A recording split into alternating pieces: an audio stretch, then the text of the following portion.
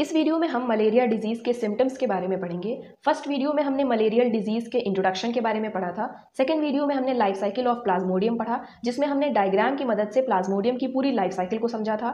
Third video में हमने notes पढ़े, लाइफ साइकिल ऑफ प्लाज्मोडियम के पूरे नोट्स आपको मिल जाएंगे थर्ड पार्ट में, और वहाँ पे हमने नोट्स की मदद से, नोट्स के थ्रू हमने समझा था कि प्लाज्मोडियम की लाइफ साइकिल कैसे अकम्प्लिश्ड होती है। इस पार्ट में हम सिम्टम्स के बारे में डिस्कस करेंगे। लिटरली ये फोर्थ पार्ट है मलेरिया डिजीज़ का, तो आप सीरियल वाइज से सभी पार्ट्स को देख लें। सभी पार्ट्स का लिंक आपको डिस्क्रिप्शन बॉक्स में मिल जाएगा। स्टार्ट करते हैं। मलेरिया डिजीज़ के सिम्टम्स को बेसिकली 3 कैटेगरी में डिवाइड किया गया है, कोल्ड स्टेज, हॉट स्टेज और वेट स्टेज में। कोल्ड स्टेज में शिवरिंग और चिलिंग सिम्टम्स आपको देखने को मिलते हैं। इनका रीजन क्या होता है? Due to rupture of RBCs. हम जानते हैं, हमने प्लाज्मोडियम की लाइफ साइकिल पढ़ी है। पहले ये लिवर्स पे अटैक करते हैं, स्पोरोजोइड्स, और फिर आरबीसी पे अटैक करते हैं। तो आरबीसी पे अटैक करने के बाद आरबीसी का रप्चर होता है। रप्चर होने के बाद ये शिवरिंग और चिलिंग आपको जो सिम्टम्स हैं ये देखने को मिलते हैं। हॉट स्टेज की बात करें तो इसमें बहुत ही हाई टेम्परेचर हो जाता है, यानी हाई फीवर होता है 106 डिग्री फ़ारेनहाइट तक। और ये इसका रीज़न क्या होता है? इंक्रीज्ड ब्रीदिंग रेट और हार्ट रेट भी बढ़ जाता है साथ साथ। मीन्स हॉट स्टेज में बहुत ज़्यादा हाई टेम्परेचर फीवर आता है,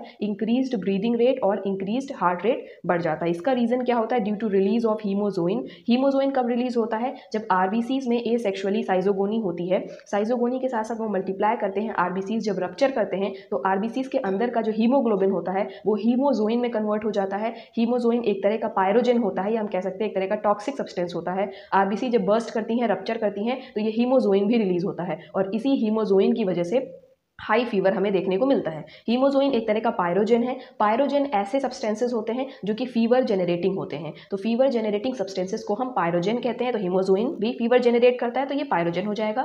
थर्ड स्टेज है वेट स्टेज। यहाँ पे जब टेम्परेचर नॉर्मलाइज होता है तो बहुत ही ज़्यादा एक्सेसिव स्वेटिंग होती है पर्सन को, बहुत ही ज़्यादा एक्सेसिव स्वेटिंग होगी, तो ये इसी वजह से वेट स्टेज कहलाती है। फिर अनीमिक भी हो जाता है पर्सन, बिकॉज आरबीसीज जब रप्चर होंगी और आरबीसीज का नंबर जब डिक्रीज करेगा तो पर्सन अनीमिक भी हो जाएगा। अनीमिया तभी होता है जब आरबीसी का काउंट डिक्रीज हो जाता है। थर्ड है बहुत ही ज़्यादा एग्जॉस्टेड फील करेगा, टायर्डनेस फील करेगा और बॉडी वीक हो जाएगी। ये कुछ कॉमन सिम्टम्स हो गए जो हमने पढ़ा मलेरिया डिजीज के बारे में। अब प्रोफाइलैक्सिस देख लेते हैं। प्रोफाइलैक्सिस का मतलब होता है क्या प्रिवेंटिव मेजर हम ले सकते हैं, क्या प्रिकॉशंस कर सकते हैं। तो पहले तो हम मॉस्किटो रेपेलेंट्स का यूज़ कर सकते हैं, मॉस्किटो नेट का यूज़ कर सकते हैं। बेसिकली हमें मॉस्किटो से बच के रहना है, तो ये उसके लिए मेजर्स हो गए। फिर पहले के टाइम में डीडीटी का और बीएचसी का यूज़ होता था। ये पेस्टिसाइड्स हैं, केमिकल्स हैं जो यूज़ किए जाते थे, और इनकी ही वजह से जो ये मॉस्किटोज थे ये भी किल हो जाते थे। बट अब के टाइम में ये इतने ज़्यादा हार्मफुल थे कि अब के टाइम में इनका यूज़ नहीं होता, पहले के टाइम में इनका यूज़ होता था। अब क्या है? बायोलॉजिकल मैथड्स ज़्यादा अपनाए जाते हैं। बायोलॉजिकल मैथड्स क्या होते हैं? हम काम वही करेंगे, प्रिवेंशन वही लेंगे हम, लेकिन बायोलॉजिकल मैथड्स का मतलब किसी लिविंग ऑर्गेनिज्म का इस्तेमाल करते हुए।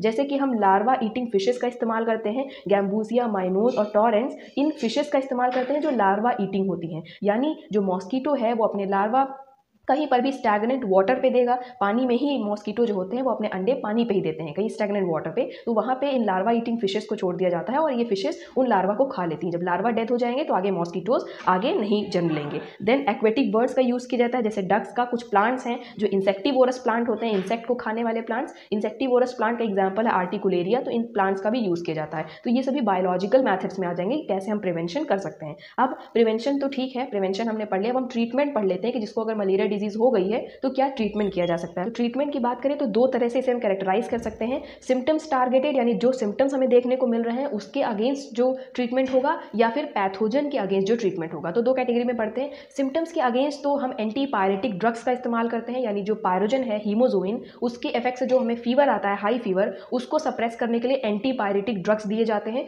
एंटीपायरेटिक यानी पायरोजन के इफेक्ट को मिनिमाइज करेगा, कम करेगा, तो ये यूज़ किए जा सकते हैं जो सिम्टम्स के अगेंस्ट है। लेकिन पैथोजन के अगेंस्ट कौन कौन से यूज़ होते हैं?